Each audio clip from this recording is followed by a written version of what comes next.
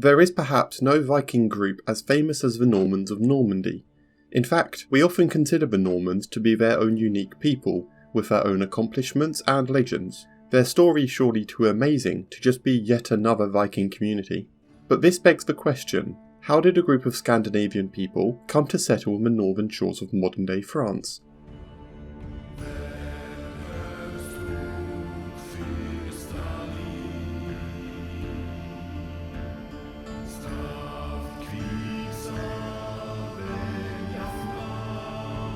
To begin our story, we have to go back to the dawn of the Viking Age, the late 9th century CE. There are many possible theories on why the Vikings decided to leave Scandinavia, such as the theory that the region suffered from overpopulation, and, consequently, many sailed in search of new land and riches.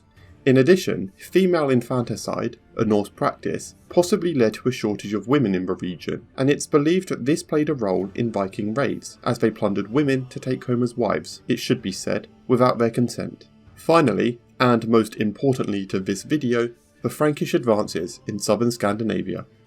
The last one is most likely to be the reason why Francia at the time was one of the first to suffer from the Viking menace, with raids happening as early as 799 CE. Targeting St. Philibert's Monastery in Noirmoutier, an island off the coast of modern-day France, during the reign of Charlemagne, which led him to build numerous defences along the northern shores of his empire, especially around the Seine estuary.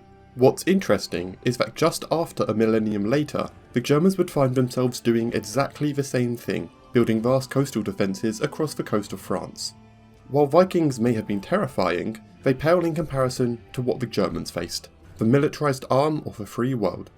Do you want to be the captain of a 270 metre long battleship? Or maybe command a squadron of naval bombers directly responsible for the liberation of Normandy?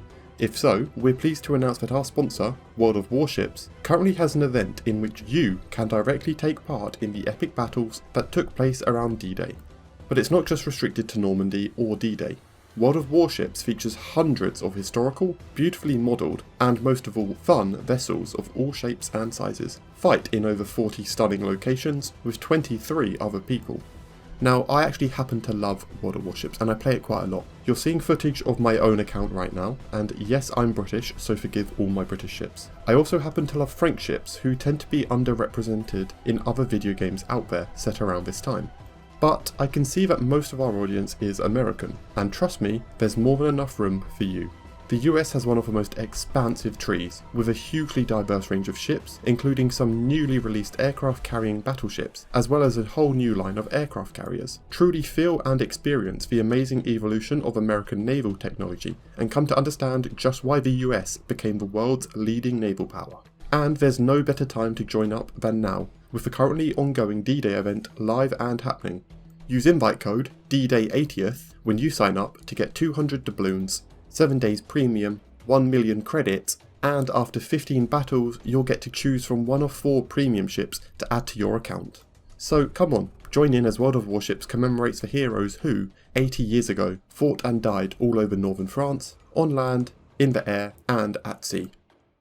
As no other attacks are recorded until 810, it is unsure if a raid at Noirmoutier was an outlier, or if the defences set up successfully repelled further raids. Nevertheless, the Danes invaded Frisia that very year, which once again led Charlemagne to order the further strengthening of Frankish defences. Throughout the following decades, more and more Vikings would come and go, with the 845 CE Viking expedition of 120 Viking ships reaching as far into the Seine as the city of Paris, where the Vikings stayed for the winter while pillaging the city. Although the coastal fortifications of the Franks survived the raids, they proved to be unable to prevent the raiders from going further inland, allowing the Vikings to spend the following 2 winters looting and pillaging the Frankish countryside, amassing great quantities of plunder, tributes, and captives in the process. After this event, the Vikings kept raiding the continent for a couple more decades. However, as more and more of the raiders were defeated, the Frankish leaders better understood how to deal with these raiders, and following their defeat at Louvain in 891, the raiders mainly focused their efforts instead on the conquest of England, avoiding Francia for a while. Little is known about Viking activity in continental Europe until 911 CE, when the West Frankish king, Charles the Simple, granted the city of Rouen, located near the mouth of the Seine, and its surrounding territories to a Viking leader by the name of Rollo, in the hopes that he would defend it from other raiders and further prevent them from sailing up the Seine. This, however, leaves a couple of questions. Who was Rollo, and why was he chosen to be the defender of the Seine? There is an extreme lack of contemporary sources, which makes the historical record of Rollo's life quite unreliable. However, he is believed to have been born in the later half of the 9th century in Scandinavia, and according to Dudo's chronicle, Historia Normanorum, Rollo spent most of his youth raiding modern-day England and France, which earned him quite a reputation. This would culminate in 911, when amidst a raid in northern France, he faced the future king of West Francia, Robert I, who defeated him at the siege of Chartres.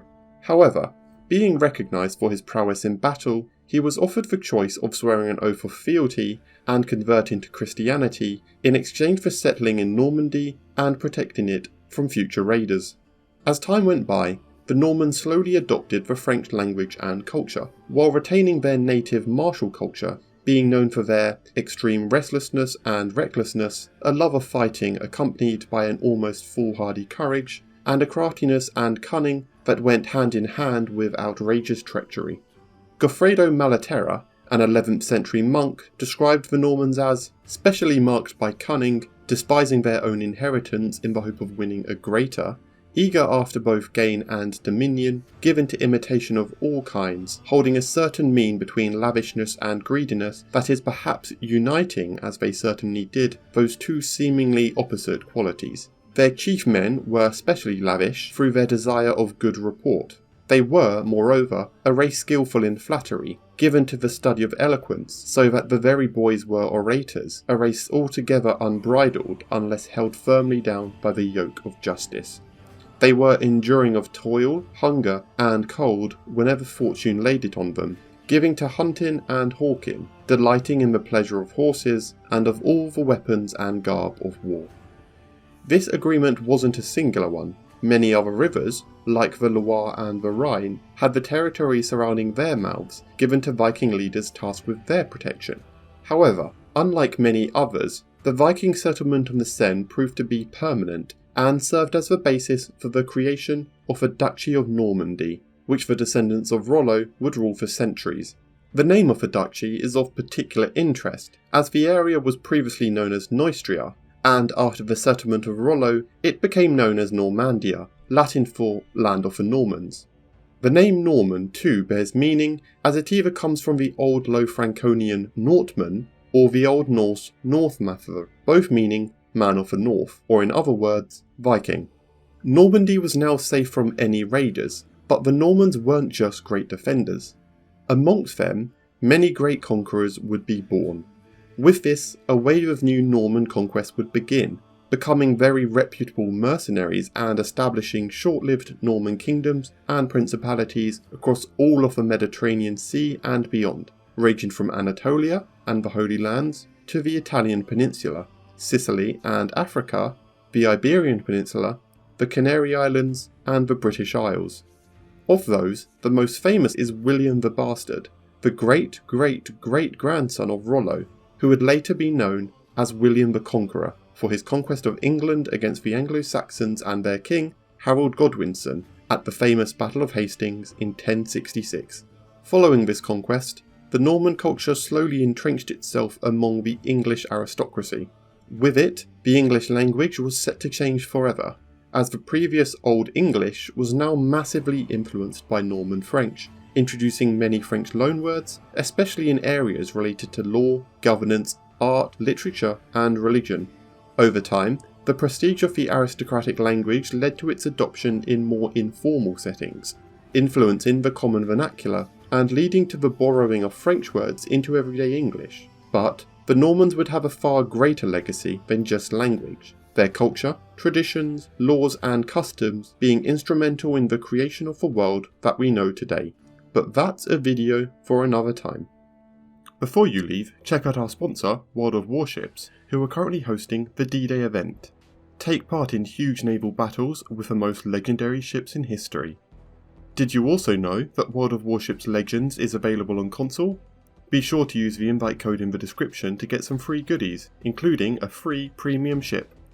Thanks for watching, and thanks to World of Warships for supporting our content. Be sure to like and subscribe for other interesting and often forgotten areas of history. Feel free to join our Discord, and if you're feeling extra generous, we have a Patreon, both linked in the description below.